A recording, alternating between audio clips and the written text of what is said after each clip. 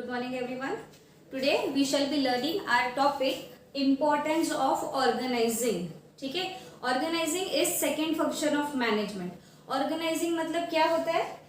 It is the process of identifying, bringing the required resources, grouping and arranging them for achieving objective. Organizing का simple word में मैंने आपको meaning बताया था. Planning करने के बाद मुझे जो टास्क अचीव करना है, उस टास्क अचीव करने के लिए मुझे जो जो रिसोर्सेज लगते हैं वो सभी रिसोर्सेज को एक जगह लाना, उनकी ग्रुपिंग करना और उनको प्रोसेस में किस तरीके से यूज करना है ये डिसाइड करना is process of organising. Alright, moving on to importance of organising. Organising facilitates administration and operation. Planning करना काफी नहीं होता, ठीक है. फिर हमने क्या किया, रिसोर्सेज ऑर्गेनाइज किए. क्या रिसोर्सेज हमने ऑर्गेनाइज किए? Man, money, material, machinery and method कि काम कैसे करता है, ठीक है. अब ये रिसोर्सेज को एडमिनिस्ट्रेशन में यूज किया जाएगा, ऑपरेशंस के लिए यूज किया जाएगा. अगर मेरे पास रिसोर्सेज ही नहीं है तो मैं काम स्टार्ट ही नहीं कर सकती, ठीक है. तो इंपॉर्टेंस ऑफ ऑर्गेनाइजिंग क्या कहता है? It facilitates administration and operation. Unless and until you have resources with you, कोई रिसोर्सेज ही नहीं है मेरे पास तो मैं काम चालू ही नहीं कर सकती. पर अगर मैंने सारे रिसोर्सेज एक जगह ला लिए, अरेंज कर लिए, उनकी प्रॉपर ग्रुपिंग कर ली ताकि मैं अपना गोल अचीव कर सकूं, तो रिसोर्सेज अवेलेबल है तो हम कभी भी अपना काम स्टार्ट कर सकते हैं. Second importance of planning is it brings specialization. Now what you have done, you have gathered the resources, you have grouped the resources into required manner. अब क्या होगा, जब आपके resources आपके पास available है, ठीक है, तो क्या होगा, हम अपना काम अपने तरीके से कर सकते हैं. We are very clear कि मशीनरी कैसे यूज करनी है, मैन कैसे यूज करने हैं, मनी कैसे यूज करना है. तो अगर आपके ऑब्जेक्टिव्स क्लियर है, आपके रिसोर्सेज जो है वो वेल ऑर्गेनाइज्ड है, तो स्पेशलाइजेशन आएगा काम में कि हमें पता है कि जो भी रिसोर्सेज हमारे पास अवेलेबल है उन रिसोर्सेज को हमें कैसे यूज करना है. It defines the job properly. अब क्या हो रहा है, ऑर्गेनाइजिंग में रिसोर्सेज में एक रिसोर्स ह्यूमन बीइंग भी है, दैट इज मैन, ठीक है. तो जब हम मैन ऑर्गेनाइज कर रहे हैं, लोगों को भी इकट्ठा कर रहे हैं कि वो हमारा टास्क अचीव करने में हमारी हेल्प करे, तो किसे काम क्या देना है ये भी हम क्लियरली डिफाइन कर पाते हैं, ठीक है. तो रिसोर्सेज का एक पार्ट मैन भी है. जब हम मैन ऑर्गेनाइज करेंगे तो हम क्या कर रहे हैं, हम क्लैरिफाई कर रहे हैं कि कौन से पर्सन को मुझे कौन सा काम हैंड ओवर करना है, मुझे किस पर्सन से कौन सा काम करवा कर निकालना है. It is also an importance of organising. Clarifies authority and responsibility. अब क्या हुआ, जब हमने ये मैन वाला रिसोर्स ऑर्गेनाइज करेंगे जब हम, ठीक है, तो मुझे किन लोगों को कौन सा काम देना है, उनसे कैसे काम करवाना है, हमने ये डिसाइड किया. साथ ही साथ हमको ये भी डिसाइड करना पड़ेगा कि कौन से पर्सन को कितनी अथॉरिटी देनी है और कितनी रिस्पॉन्सिबिलिटी उस पर्सन पर डालनी है, ठीक है. It is possible when you organise your resources all together. उसी वक्त हम पता कर पाएंगे कि हमें कौन से पर्सन के ऊपर कितनी अथॉरिटी और कितनी रिस्पॉन्सिबिलिटी डालनी है ताकि मेरा जो टास्क है, जो मेरा गोल है, वो मैं प्रॉपरली अचीव कर सकूं. Then it establishes coordination. See, जितने भी रिसोर्सेज है, मैन तो है ही, वो तो एक्चुअल मेरा वर्क परफॉर्म करेगा.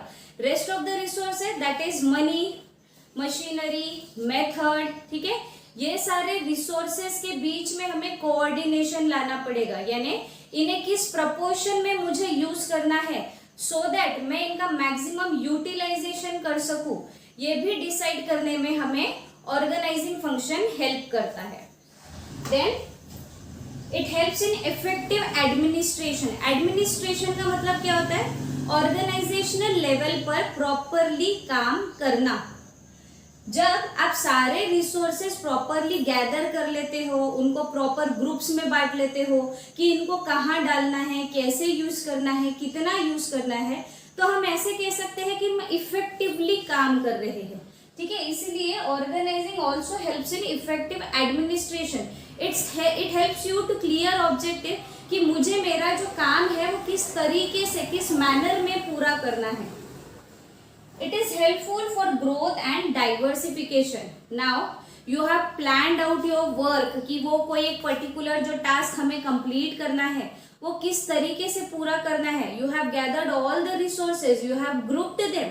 तो फिर क्या होगा, आपके ऑब्जेक्टिव एकदम क्लियर है कि मुझे कैसा काम करना है. And if you are going properly in your direction तो आपको हेल्प मिलेगी कि आप अपना बिजनेस ग्रो कर सके. साथ ही साथ if you want to diversify your business, if you want to change the line of your business, it will also be helpful if you go accordingly to your plan and the manner you have organized your resources. Create sense of security.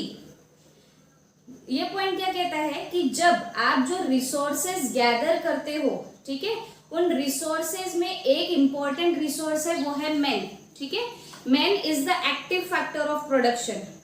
Money, material, method, machinery are of no use unless and until there is someone who can work upon them. ठीक है, ये जो पैसा है, जो machinery है, method है, ये किसी भी काम का नहीं जब तक कोई इंसान इसको यूज करने के लिए अवेलेबल नहीं है. तो ये पॉइंट क्या कहता है कि जब आप सारे रिसोर्सेज एक जगह ला लेते हो, प्रॉपरली ग्रुपिंग कर लेते हो, लोगों को उनके काम प्रॉपरली डिफाइन कर लेते हो, तो लोगों को भी पता है कि मुझे मेरा काम वेल डिफाइंड है, मुझे क्या करना है, मेरा ऑब्जेक्टिव क्लियर है. तो क्या होगा, सामने वाले को पता है कि जब मुझे सारी चीजें क्लियर है तो there is very less chance of making mistakes.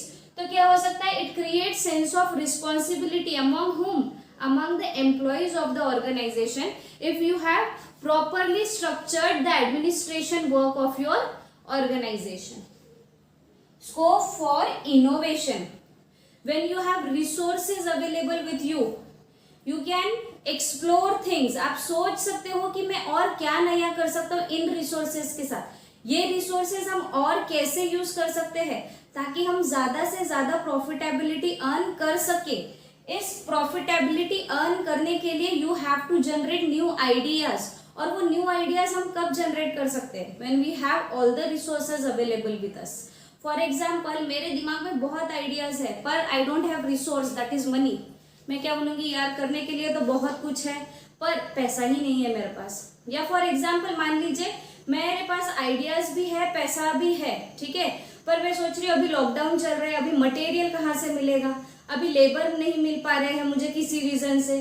ठीक है, तो एक भी अगर मेरा रिसोर्स अवेलेबल नहीं है तो क्या होगा, मेरे इनोवेटिव आइडियाज किसी काम के ही नहीं रहेंगे. But if I have gathered all the resources properly then I have scope for innovation.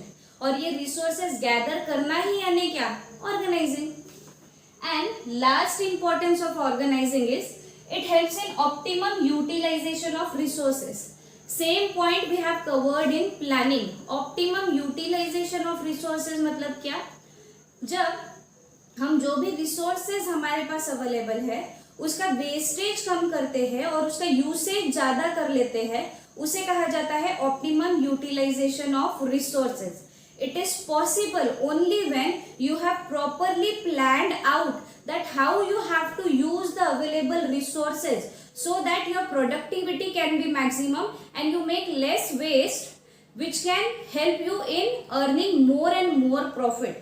तो ये बोलता है कि ऑर्गेनाइजिंग भी हमको यूटिलाइज कैसे करना है, जो रिसोर्स मेरे पास अवेलेबल है इसमें मदद करता है. क्योंकि ऑर्गेनाइजिंग क्या है, it is a process of identifying क्या क्या रिसोर्सेज मुझे लग रहे हैं काम करने के लिए, ब्रिंगिंग द रिक्वायर्ड रिसोर्स. कौन से रिसोर्सेज लग रहे हैं, man, money, material, method, machinery, and grouping and arranging them. उन लोगों को ग्रुप करना, वो सारे रिसोर्स को उनको प्रॉपरली अरेंज करना ताकि मैं मेरा टास्क पूरा कर सकूं.